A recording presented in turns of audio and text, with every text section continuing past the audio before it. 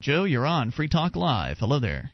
Ian, Mark, and Wayne, how the hell are you guys? Hey, super, Joe. What's on your mind tonight?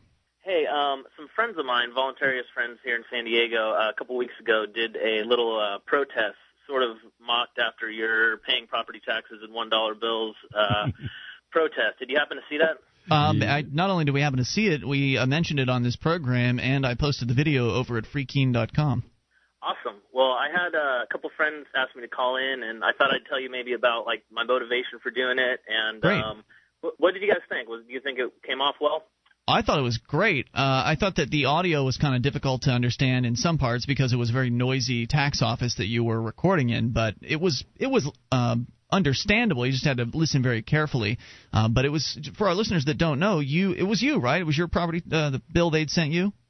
It was my property tax, yeah. I was the guy that was in the white shirt, and my friend Wes was there. He was kind of helping out with some of the arguing. When, Wes from Complete Liberty, CompleteLiberty.com, which is, by the way, a great podcast. I highly recommend. But, yeah, it was you guys, and it looked like a few other friends that had gone into the San Diego tax collector's office, and you brought in your video cameras, and you basically you kind of made a bit of a scene, which was absolutely wonderful. They called down the head bureaucrat, and he came in there and acted like a school teacher. Basically, there was one point at which he stops. You guys are talking to him about the fact that you didn't consent to any of this property taxes, and that you don't appreciate being threatened and all that. And he actually stops down at one point and raises his voice to address the entire room. I thought this was the most amazing part of the video. Listen up, school kids. The teacher has something to say. Right, that's what he did. And he actually puts his hand up and he says, "Okay, taxpayers," and I'm paraphrasing here. "All right, taxpayers, how many of you think," what was the question that he asked them? I'm sure you can recall better than I can. How many people think that it's your moral duty as a taxpayer to pay it on time so you don't get a fine? I think that's what he was trying to say. Yeah, and then I found out later by listening to the Complete Liberty podcast that nobody actually raised their hands when he said that.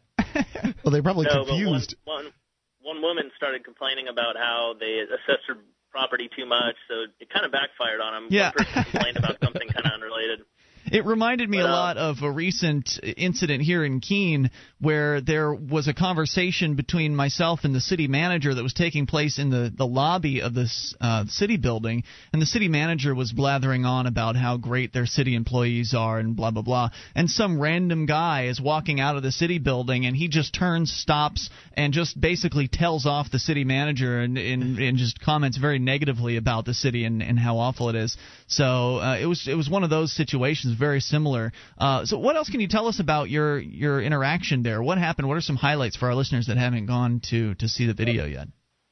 Well, if you want to see it, if you YouTube, you just type in "Hot for Liberty" with no spaces, then that's my friend Trevor put it up on that. But I kind of wanted to talk about like what inspired me for it. Obviously, the protest you did was definitely inspiration, and I thought after that, like, how as a voluntarist could I pay this property tax again without at least some kind of fight, or at least pointing out the gun in the room. I mean, that was really the most important thing for me, and I wanted to kind of frame it a little bit different than your protest. With you seem to have specific examples of, individuals, cops that arrested people who are nonviolent.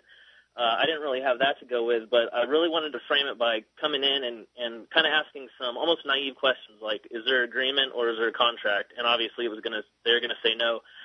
We were originally just going to talk to the clerk there, but we had the actual guy come out, which I thought was great. Right. But we kind of wanted it to lead up to these three questions that we came up with, and I actually got these three questions kind of inspired by one of Wes's podcasts at Complete Liberty, and the questions are basically, do you see yourself as a moral person, which you said yes to, and then the second one is, do you see stealing as being immoral?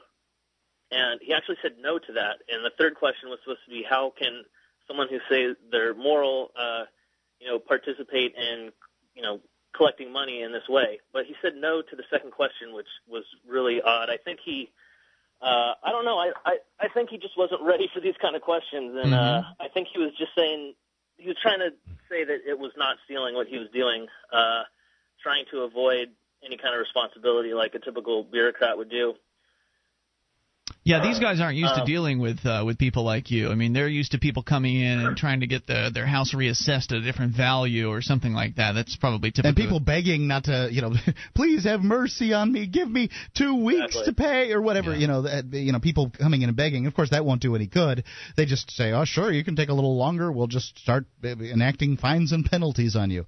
And you'll have to pay them, otherwise we take your house away. They love that stuff. Exactly. But I don't think people ever bring, like, the moral argument to them that, I'm paying this against my will, I didn't agree to it, and that's theft. There's no difference. You're going to try to justify it somehow. Another thing on the morality issue, I used to not really like that word. I kind of associated it with real religious stuff and kind of just arbitrary rules, but a guy, Stefan Molyneux, have you talked about him on your show ever? Oh, yeah, we've had Steph on the show. Oh, awesome. Yeah, so Free Domain Radio, he has a lot of podcasts that really get down to good morality, just statements about it, like how it should be universal, it should be applicable to everyone, and stealing and taxes are pretty much the same if you really look at the moral implications of it. Sure they are. Well, I mean, from our perspective they are, but from the government's perspective, they tell themselves a story about how it's not stealing when they do it. Exactly. And so the last comment I kind of wanted to make was just I didn't really do this, obviously, for the people there. It was to make the video and to get really these ideas out of maybe disobedience, but maybe just speaking up about things that are wrong. Like, you could even, it's always better if you videotape it, but, imagine if, 5 people went into the tax collector's office and made that argument. And actually, in April, hopefully we're going to have 2 people do it. So cool. Maybe that'll really make their head spin. So you guys do it twice a year out there? Yeah, they do. I actually paid it all at one time, but there's 2 other people, voluntarists, who plan to do it in April, so hopefully that actually goes through. But, there's all sorts of, government immorality that people could speak up against, like even just the airport checkpoints, and just say you don't agree to the government interfering with a transaction between an airline and a person.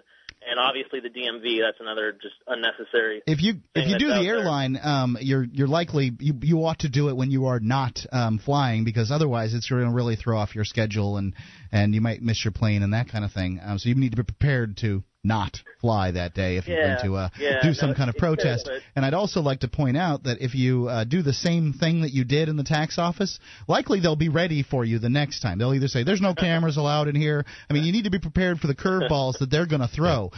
You caught them with their pants down, and they're a very reactionary bunch. That's what government does. It reacts, and that's what we're reading on the air right now is how the government, somebody comes on a plane with a pair of underwear that blow up, and now they try to come up with rules that prevent people that have explosive underwear, and so now they're going to this guy was made a fool of and opened himself up for a volley of complaints from his citizenry, his normally compliant serfs, and it was you who did that. So he's going to him you are the biggest terrorist he dealt with in a year. So he's going to be like, I know how to deal with this. I'm going to ban cameras from this place, or whatever it is he does. They actually countered Joe in a way I didn't expect to see happen. They demanded that he count the money for them.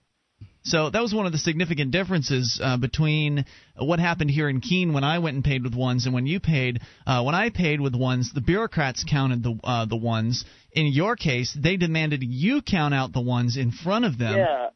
But in my case, they had a problem with the cameras, and in your case, it didn't seem like they had a problem with your cameras. Yeah, pretty much. But what was weird was, they forced me to count it, and I actually argued with them a little bit. I don't know if we kind of got that on a different camera, but it was even worse quality. But then, after I count it takes like half an hour, they count it again. It was a whole ordeal. And they had counting machines that they refused to use in the back. What a bunch of jerks.